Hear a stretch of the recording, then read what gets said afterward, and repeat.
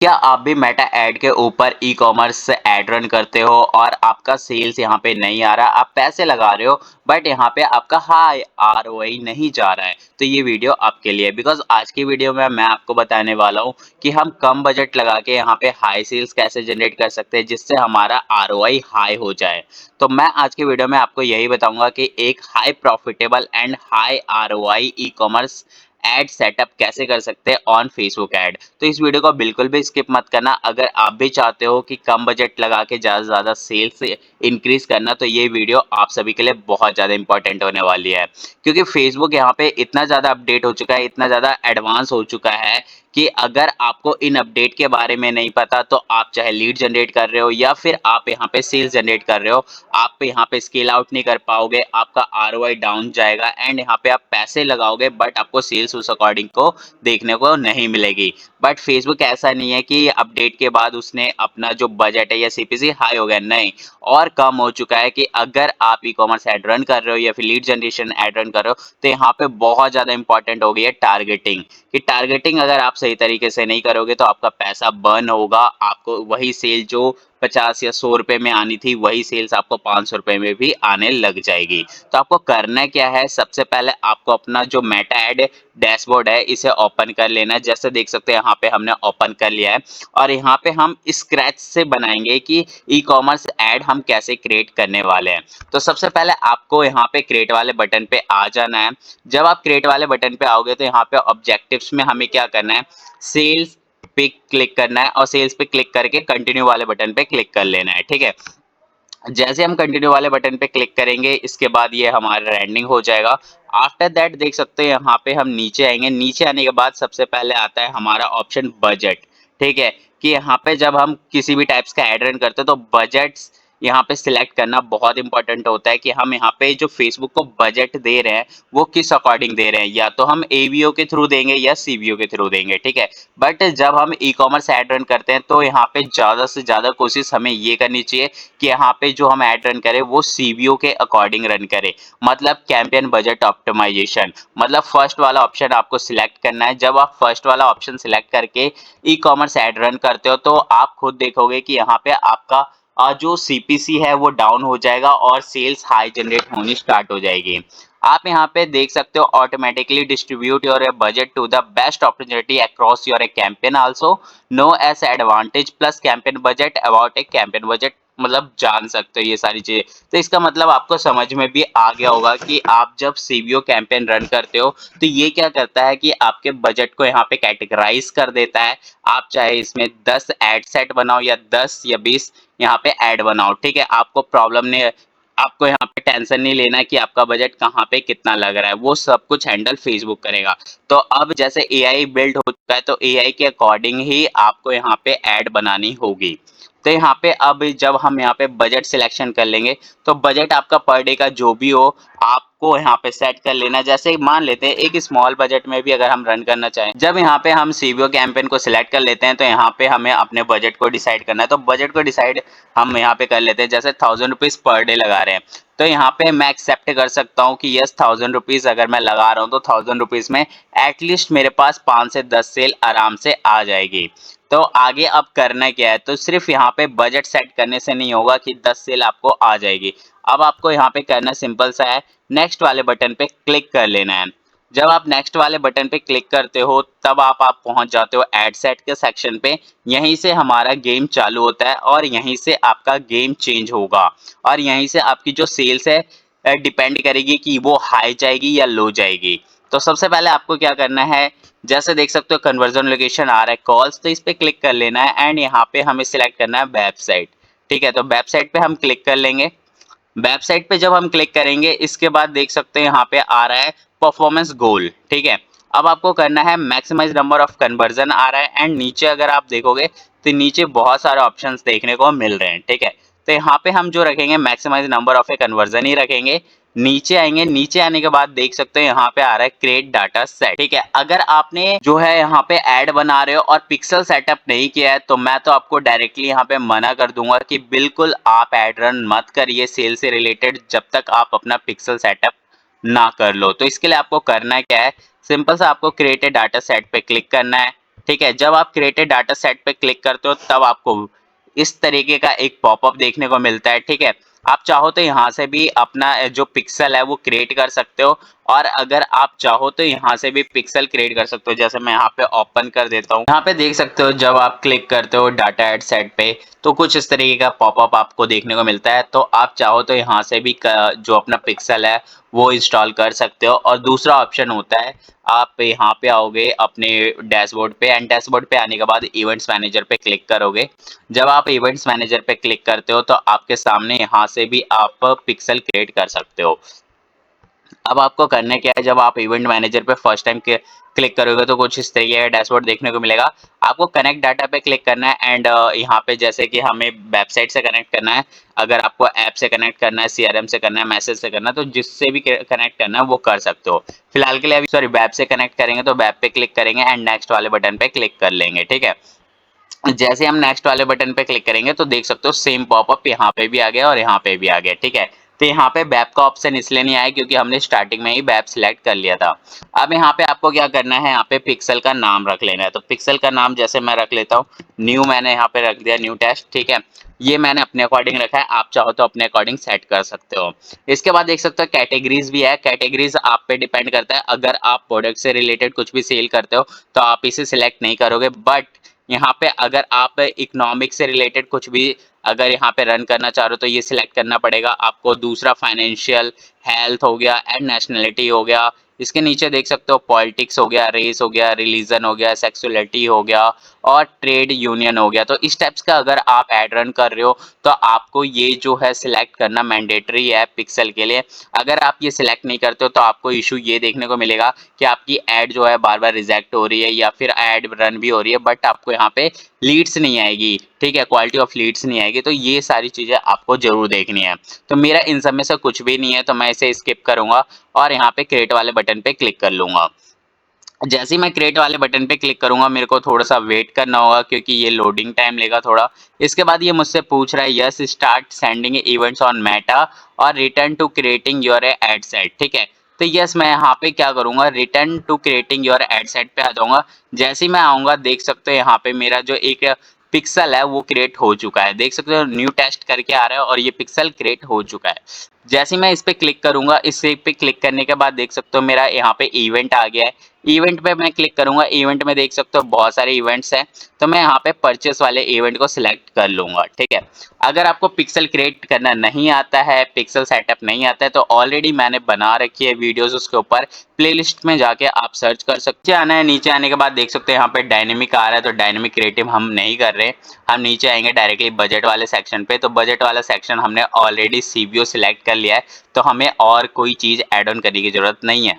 नीचे आने के बाद देख सकते हैं यहाँ पे अब हमें करना है ऑडियंस टारगेटिंग। यहीं से हमारी सेल्स जो है अप एंड डाउन होगी। ठीक है, तो यहाँ पे आप टारगेटिंग किस बेस पे करनी है, टारगेटिंग बेस करनी है। अगर आप पैन इंडिया के लिए रन कर रहे हो तो पैन इंडिया का रखो, और अगर आपको लगता है नहीं आप किसी स्पेसिफिक लोकेशन के लिए रन कर रहे हो तो स्पेसिफिक लोकेशन के लिए आप उस सिटी का नाम डालो और ऐड ऑन कर दो। सपोज दैट अगर मैं दिल्ली के लिए कर रहा हूँ तो दिल्ली डालूंगा यहाँ पे, और मैं दिल्ली इंडिया सिटी सिलेक्ट करूंगा। ठीक है, कंट्री सिलेक्ट नहीं करना, सिटी सिलेक्ट करना है। और इसके बाद आपको जो भी आपका रेडियस है उसे ऑन कर देना है, एंड करंट सिटी ओनली भी आप यहाँ पे डाल सकते हो। सपोज दैट जैसे मुझे सिर्फ दिल्ली के एरिया में दिखाना है तो करंट सिटी ओनली डाल दिया, तो सिर्फ ये दिल्ली के एरिया में टारगेट करेगा, ना कि कहीं और टारगेट करेगा। ठीक है, इसके बाद नीचे आने के बाद देख सकते हो reach more people likely to respond to your add.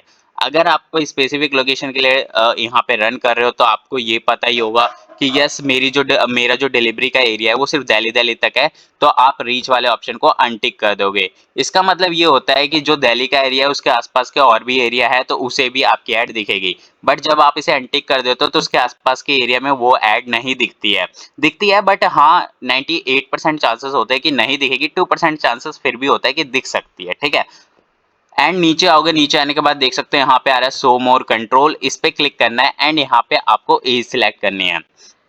ठीक है, तो एज क्या सिलेक्ट करनी है, जो भी आप कैटेगरीज यहाँ पे सेल कर रहे हो उस कैटेगरीज के अकॉर्डिंग आपको अपने एज को टारगेट कर लेना है। जैसे मेरी कैटेगरी जो है वो 22 ईयर्स के लोग जो है उसे बाय कर सकते हैं, तो मैं यहाँ पे सिलेक्ट कर लूंगा 22 ईयर्स। नीचे आना है, नीचे आने के बाद लैंग्वेज सिलेक्ट कर लेना है। लैंग्वेज आप चाहो तो इंग्लिश हिंदी अपने अकॉर्डिंग सेट कर सकते हो, तो मैं यहाँ पे ऑल लैंग्वेज रखना चाहता हूँ।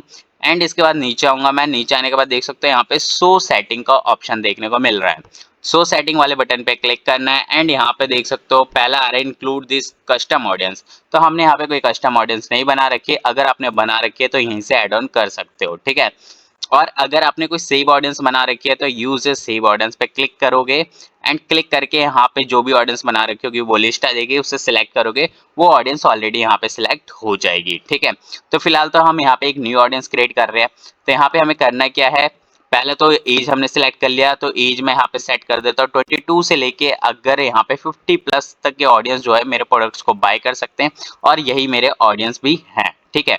तो आपको ये अपने अकॉर्डिंग सेट करना पड़ेगा कि यस जो आप यहाँ पे एज रखना चाहते हो उसके बारे में पहले आप एनालाइज कर लो, आफ्टर दैट ही आप यहाँ पे ऐड रखना, ठीक है। एज क्राइटेरिया का मतलब ये है कि आप अगर किसी भी कैटेगरी में डील कर रहे हो तो उस एज क्राइटेरिया को आपको फाइंड आउट करना पड़ेगा, आफ्टर दैट ही आप यहाँ पे सिलेक्ट करना। और अगर आप एक बिगनर हो तो आप ट्रायल के लिए आप 60 या 65 प्लस भी रख सकते हो। जेंडर मेरे बोथ होने वाले हैं, आप अपने अकॉर्डिंग देख सकते हो जेंडर आपका क्या रहने वाला है। अब यहाँ पे आता है डिटेल टारगेटिंग, तो ये भी बहुत इंपॉर्टेंट है detail targeting. But detail targeting अब आपको पहले जैसी नहीं करनी, कि पहले क्या होता था लोग भर भर के डिटेल टारगेटिंग करते थे कि सपोज दैट अगर मैं यहाँ पे कोई टी शर्ट सेल कर रहा हूँ तो टी शर्ट से रिलेटेड टी शर्ट हो गया, शॉपिंग हो गया, ऑनलाइन हो गया, इंग्लिश शॉपर हो गया, बहुत सारी चीजें यहाँ पे लोग टारगेट करते थे। तो सपोज दैट मैं यहाँ पे सिर्फ टी शर्ट सेल कर रहा हूँ तो मैं टी और यहाँ पे शर्ट लिखूंगा, ठीक है। जैसे मैंने टी शर्ट लिखा देख सकते हो टी शर्ट क्लोथिंग आ रहा है, तो मैं यहाँ पे क्या करूंगा टी शर्ट क्लोथिंग को टारगेट कर दूंगा, ठीक है। एंड इसके बाद नीचे सिर्फ मैं यहाँ पे इतना लिखूंगा एंगेज शॉपर, ठीक है। ये मैंने लिखा और इसे टारगेट कर दिया, ठीक है।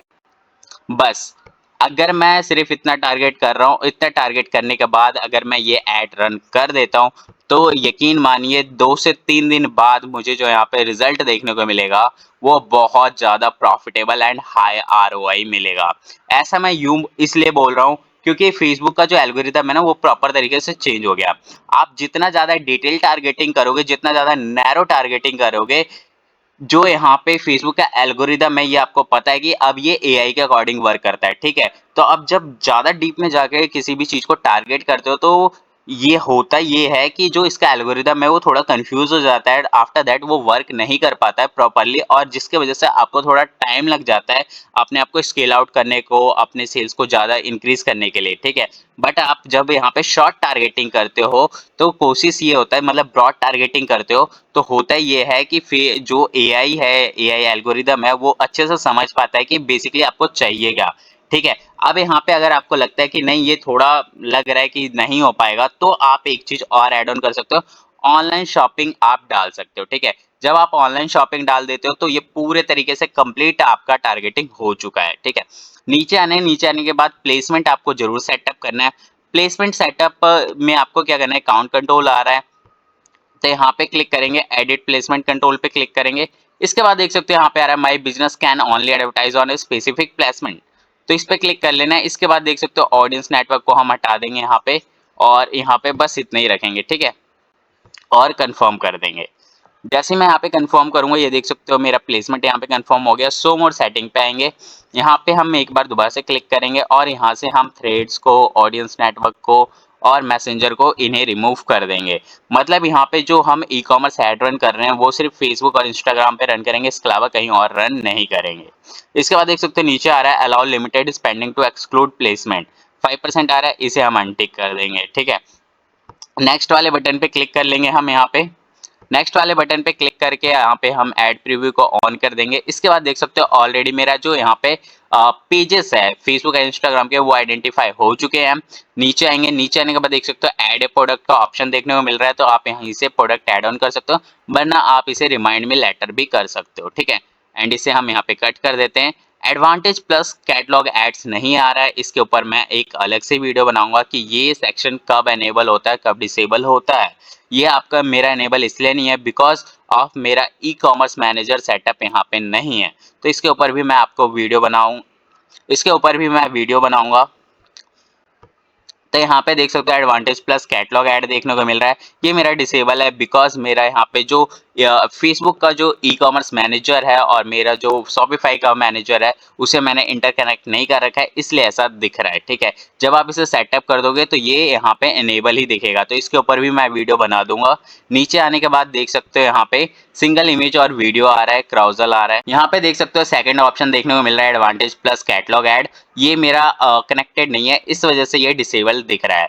अगर आप चाहते हो कि इसके ऊपर मैं वीडियो बनाऊं तो कमेंट में लिख दो एडवांटेज प्लस कैटलॉग ऐड, मैं इसके ऊपर वीडियो बना दूंगा। ठीक है, नीचे आएंगे, नीचे आने के बाद देख सकते हो फॉर्मेट आ रहा है सिंगल इमेज और वीडियो। तो मैं आपको एक चीज बता दूं कि अब सिंगल इमेज और वीडियो पे ऐड रन करना काफी ज्यादा ओल्ड हो गया है, तो अब आपको जो ऐड रन करनी है वो क्राउजल पे रन करनी है। ठीक है, या तो आपके पास रील फॉर्मेट इतना अच्छा होना चाहिए तब जाके आप उस पर रन कर सकते हो, नहीं तो आप क्राउजल वाले सेक्शन पे क्लिक करोगे।